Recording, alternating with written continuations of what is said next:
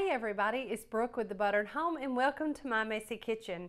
Today I am going to show you one of the best ways that we like to preserve our produce haul.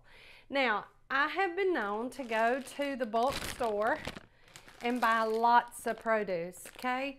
We eat really healthy 80% of the time here at The Buttered Home, but sometimes when I buy vegetables in bulk, they don't always make it through the week if we don't eat them all. And two, we kind of get a little worn out on some things. So last year and the year before, I showed you a couple of different ways of food preservation. One of our most popular posts at thebutteredhome.com has to be how to blanch vegetables to have in the freezer. This is another variation of that. This is how to roast vegetables, and then you can freeze them as well, or you can roast them like we're going to do and have them for a great dinner. Now, I've got just a few vegetables here. We're using sweet potatoes, asparagus, and broccoli. These are very frequent at our house. We like sweet potatoes, and I tend to buy like a 5-pound bag of them. Same with asparagus and broccoli. Sometimes I'll buy the broccoli in the whole head, but I have gotten a little spoiled and I've started buying just the florets in the bag. They're already trimmed, they're already perfect. I have washed them and drained them and put them back in this bag just so you can see how they come. But for the most part, they're already clean too, so you don't really have to do any prep work to them at all. If you've ever chopped broccoli, then you know what a mess it makes. So it's worth like the 60 cents extra just to buy it already prepped for you in the bag like that. But a lot comes in there. So let's just say that you bought all this produce and you ended up not being the person that you thought you were, and you weren't going to eat it all week long. I can't tell you how many times I've done that, and it's okay, because we're going to roast these in a 425-degree oven, and when they cool and come to room temperature, you can sack these bad boys up or put them in a container and freeze them for later use. You can use them in soups, you can use them in casseroles. There's all kinds of things you can do. So just like blanching, this is cooking them, and you can have some now and then put some away for later. So let's show you how we put all this together. Okay, on my cutting board, I got a few things going on. I have 2 medium sweet potatoes that I have washed, peeled, and now I am prepping into bite-sized chunks. Now, you can do these in whatever size you like, but I take them and cut each slice into matchsticks and get 1 or 2 little chunks out of those, and they're perfect every time. Then here I have about a 1/2 cup of red onion that I have already diced, and we're going to put these, because they're prepped and ready to go, into our large bowl. Meanwhile, behind me I have my oven preheated to 425 degrees. It's ready to go. Now, there are a couple of things you could do. If you buy these florets like I have, you can break them down one more step, but I find they cook down so much at high heat that I kind of like to leave them in this size. So we're going to pop those in, and because I've bought the florets in bulk like this already, there's really no need to do anything else. I've already washed them, drained them, and dried them. Now we're going to move on. Let me put my onion in there. So we have about a 1/2 cup of red onion, and you can use yellow or white. Whatever you have on hand always works best. I like the red onion with the sweet potato. There's just something about it. It goes together. So there's a couple of things I wanted to show you about asparagus when you buy it. Now, it's great, big woody stems. We have shown you a few different ways to have asparagus over at thebutteredhome.com. We'd love for you to check those out. We have a nice search box where you can just type in asparagus and find just about any old way your heart desires to have it. But we like it simply chopped up into bite-sized pieces and roasted just like this. So one way, if you wanted to leave your asparagus whole, and I like showing this because this is something a lot of people struggle. Sometimes at the grocery store, you'll buy it in a bunch like this and it'll have 2 rubber bands around it. Well, those rubber bands are neatly placed where you can leave the rubber band on it and just chop it right off the bottom here and your bundle stays together. But I bought these loose because they are going to be into bite-sized pieces to go in here. Now, if you didn't have a band on there and you weren't sure what part of this woody stalk needs to come off, I'm about to show you a trick. So you just take it between 2 fingers and you just bend it. And wherever it breaks is the hard woody piece that needs to come off. Now you can do that with each one of these, or you can simply line these guys up head to toe and chop them at that exact spot. Either way works fine. Some of them you'll be cutting off more stem than others, but trust me, that's what you want, because the more mature the asparagus spear, the harder and woody that bottom portion is. Now this is good to save if you're making chicken stock later, or just put them in a compost bin, or if you have chickens, chickens love them. So waste not, want not, right? There's always somebody or something you can do with any of this that you take away from it. So we're going to get those removed, and I'll show you that snap trick once again. And you'll notice, see, I snapped it off and it came off in just the right place. It's almost like they know where they need to pop off. And it's really fascinating to watch because they all come in right about the same size, especially if they're picked from the same plant. And look at that, there you go. So now I'm just going to take this a step further because we want this in bite-sized pieces, and we're just going to quarter those up. They will cook down like that broccoli as well, so you can do them as short as you want them, or you can leave them as long as you want them. But they're going to take up less room on the sheet pan if we do that. Okay, so I'm going to put these over here with all my trash bin. Then I'm going to take a cook's best tools,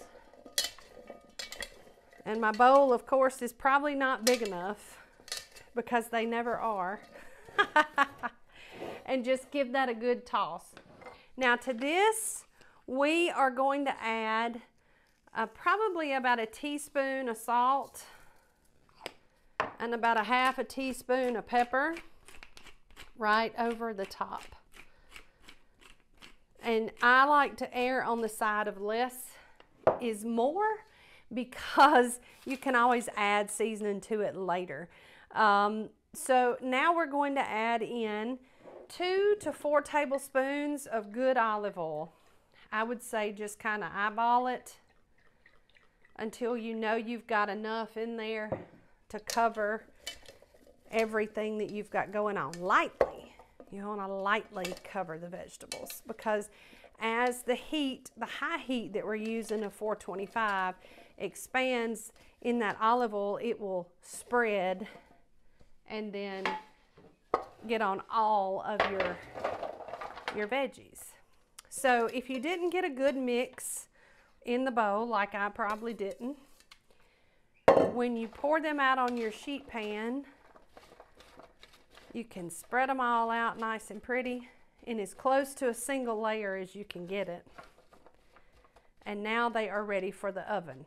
If you needed more olive oil at this point, now is the time to add it. And if you wanted to hit it with the pepper one more time or add other seasonings, this is also the time to do it. Let me rinse off my hands. Just a little oil, it never hurt anybody. This time of year, it's actually good for your hands. So we are going to pop this into a 425 degree oven for 20 to 30 minutes until they reach the desired of roasting amount that I want. Now, that can be dark on some, light on some others, but 20 to 30 minutes usually gets you a good, nice roast to any level that you desire on these vegetables. Then we'll come back and we'll show you the finished product flub the dub, imagine that. We will come back and show you the finished product, and we will talk a little bit about how we can have these now and later. So y'all stay tuned.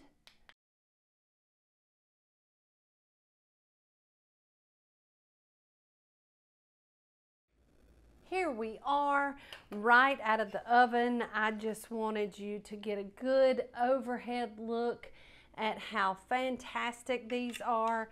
They're nice and brown and roasted. They're not sticking to the pan.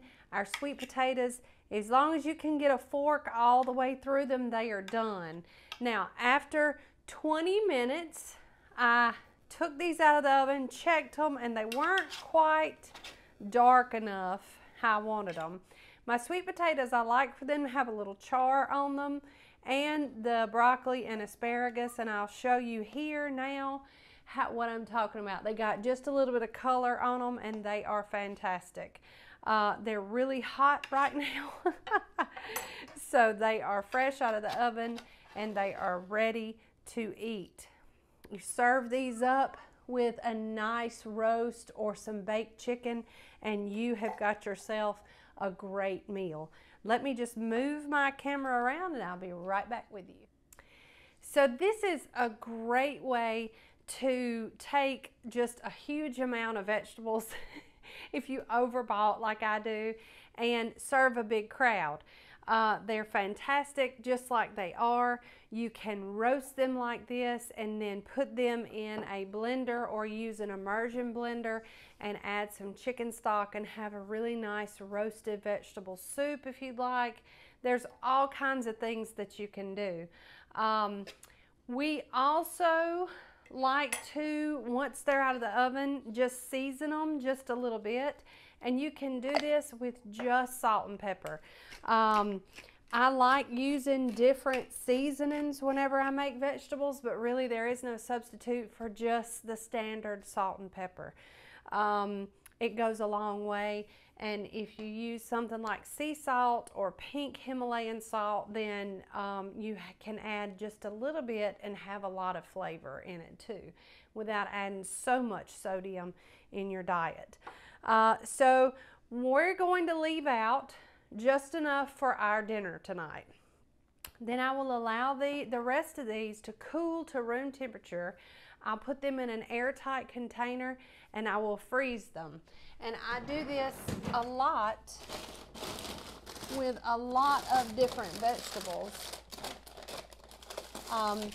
Here I have some sweet potatoes that I've done, and I did have, there it is. And then here I have kabocha squash. So a lot of times, if you find yourself buying a lot of vegetables or like stuff that's in season and it ends up being a lot, roasting those vegetables like this is a good way to preserve those vegetables and have them for later. I'll take out what I need, allow it to thaw on the counter, and then use it in all kind of applications. You can put these in soups, in casseroles. You can reheat them just like they are and have it as a healthy side dish. There's really just no limit to what you can do. So we hope that you will try this method of food preservation and think about what you can do with it. Because I'd love to hear from you and love to hear what your ideas are, some great ideas to do with these yummy, simple roasted vegetables. As usual, this recipe, like all of our others, can be found at thebutteredhome.com. We would love for you to give our website a visit. We work very hard on pictures, recipe testing. Y'all, there's just a lot that goes into this. This video is like the last thing that we do. So we spend a lot of time prepping all of this to bring you great quality free recipes and free content. Also, if you're not already, make sure that you are following us on all of our social media channels. We share different things on each one from time to time and would love to have you join us at all of those platforms. And as usual, for great videos like this one, be sure that you're subscribed to our YouTube channel. hit the bell so that you can be notified when we drop new videos like this one. And as always, from the buttered home to your home, we love y'all guys. Bye.